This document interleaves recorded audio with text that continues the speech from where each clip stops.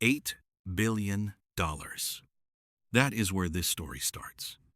Not with a political argument, not with a partisan accusation, with a number produced by an official government audit agency.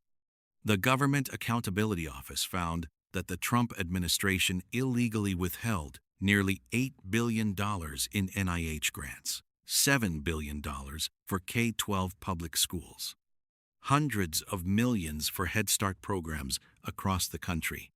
Congressman Scott Peters put those numbers directly in front of OMB Director Russell Vought and asked one question: "Do you dispute GAO's findings?" Vought said yes. Then he said, GAO is typically wrong, that they are very partisan, that they are typically on the exact opposite of wherever the Trump administration is. That answer is the center of everything that followed in this exchange, because the Government Accountability Office is not a Democratic think tank. It is not an advocacy organization. It is a nonpartisan congressional watchdog agency that has operated for over a century and that both parties have relied on to audit federal spending, identify waste, and confirm whether the executive branch is following the law. And the director of the Office of Management and Budget said they are typically wrong and very partisan. Peters did not react with outrage. He asked a follow-up question. "Do you have a formal legal opinion on that?" Vought said OMB puts out a defense in response to GAO findings, that they feel they have the moral and legal high ground every time they make a decision. Peters said he was sure that was the impression he got.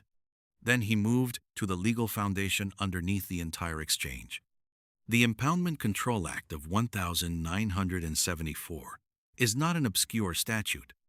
It was passed specifically to prevent exactly what Peters was describing: a president or executive agency holding back money that Congress had already appropriated without following the required legal process.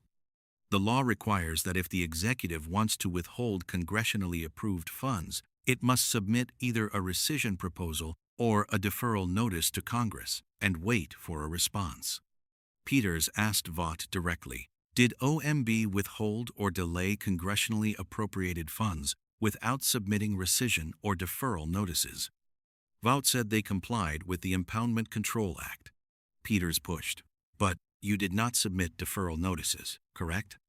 Vought said they submitted rescission bills, 2 of them, and that they conduct programmatic reviews. That reviewing a program for waste, fraud, and abuse is not withholding under the Impoundment Control Act. Peters said he understood. Vought believed he did not have to submit notices, but the question was whether he did, and the answer was no. That distinction is the legal core of the entire hearing. The Impoundment Control Act does not have an exception for programmatic reviews. It does not say that if you believe money is being wasted, you can hold it back without telling Congress. It says that if you withhold appropriated funds, you must notify Congress through a specific formal process, and Congress must have the opportunity to respond. The GAO found that the administration withheld funds without following that process, $15 billion across NIH, public schools, and Head Start. And Vought's defense was that GAO is partisan and wrong. But here is what makes that defense structurally weak. If the administration believed GAO was wrong on the legal merits, the response would be a formal legal opinion stating why the Impoundment Control Act does not apply in these specific circumstances. A documented legal argument, a written defense that engages with the specific provisions of the statute and explains why the administration's conduct falls within their interpretation of it. Peters asked whether a formal legal opinion existed. Vought said OMB puts out a defense, that they respond to GAO. Not always, but they try. Not always. The agency responsible for managing the federal budget, which the GAO found had illegally withheld $15 billion from schools, medical research, and early childhood programs, does not always produce a formal legal opinion defending its actions. Then Peters shifted the frame. He said something that was not a legal argument. It was a political observation about the pattern he was seeing across the administration's interactions with Congress. Whether it was tariffs, or the war, or the way the budget had been handled, the administration did not want to deal with Congress. And then he said something that stood apart from the rest of the exchange. He said he was not going to question anyone's motives, that everyone in that room was a patriot who wanted to do right by the country, that Democrats and Republicans making each other into enemies was the weakest situation they could create. Then he asked Vought to extend the same courtesy in return. Don't say Democrats don't care about fraud. Don't question my motives. I will bash your policies. I think you are wrong. But I don't think you don't care. That argument, the one about motives versus policies, is not a soft pivot away from the confrontation. It is a reframe of what the confrontation is actually about. Peters was not saying the disagreement was unimportant. He was saying that turning policy disagreements into accusations of bad faith makes it impossible to have the oversight function work the way it is supposed to work. That the Budget Committee's job in 2026 is not to relitigate 2023 or 2024. It is to ask whether the current budget will hit the targets Congress agreed to, whether the spending decisions being made now are defensible on the merits, whether the legal framework is being followed. And the answer to the last question, according to the GAO, is no. $15 billion withheld without the required legal process, from NIH medical research, from K-12 schools, from Head Start early childhood programs. The director of OMB said the GAO was partisan and wrong. He did not produce a formal legal opinion explaining why. He said they comply with the Impoundment Control Act. He did not explain how withholding $15 billion without deferral notices constitutes compliance. Peters put the GAO findings into the official hearing record.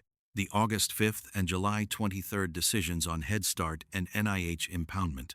The committee chair ordered them added without objection. They are now in the official congressional record. The administration's position that GAO is typically wrong and that OMB has the moral and legal high ground is also in the record. Both things are sitting next to each other in the same transcript. And here is what that means for the people watching. The Impoundment Control Act was designed specifically for this moment. For the moment when an executive agency decides that its judgment about how money should be spent supersedes the appropriations decisions made by the elected Congress, the law says that moment requires a process. A formal notification, a waiting period, an opportunity for Congress to respond. The GAO says that process was not followed for $15 billion. The administration says GAO is partisan and wrong. A federal court will likely have to decide which of those statements is accurate. And while that process plays out, the NIH grants are still withheld. The school funding is still frozen.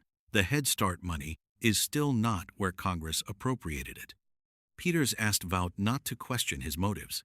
He said he would keep questioning the policy. And the policy, as documented by the GAO and entered into the congressional record by Peters, is that $15 billion in congressionally approved funding was withheld from some of the most vulnerable programs in the federal budget without following the legal process that exists specifically to prevent exactly that. That is not a partisan finding. That is what the audit said. If you want to follow how this budget fight develops and what it means for the programs that depend on this funding, subscribe. We'll cover every decision as it comes. The record is set. The legal question is open. And the $15 billion is still sitting somewhere it was not supposed to be. There is one more dimension this hearing captured. Peters noted that the committee's own agreed budget target 3% would not be met without aggressive growth assumptions he did not believe were realistic, not a Democratic critique. A member of the Budget Committee saying the document does not accomplish what the committee agreed it should. And the response to that observation, like the response to the GAO findings, was not a substantive engagement with the numbers, it was a reference to what Biden had done. Peters named that pattern explicitly. Biden is gone. You won that election. Nobody disputes that. The question before the Budget Committee in 2026 is not what Biden did. It is what this budget does, and whether it achieves the targets that this committee set. Saying Biden did it worse is not a defense of current policy. It is a deflection from the question of whether current policy works. Peters said the administration was wrong on policy, not in motives, wrong on policy. And that distinction mattered because when policy opponents become personal enemies, oversight stops working. Every exchange becomes a battle about who the bad guys are, rather than whether the numbers add up. The GAO found that the law was not followed. $15 billion, no deferral notices, no formal congressional notification, no waiting period. The administration said GAO is partisan. Peters asked for a formal legal opinion. He did not get one, and the $15 billion is still sitting somewhere it was not appropriated to be. That is the exchange. That is the record.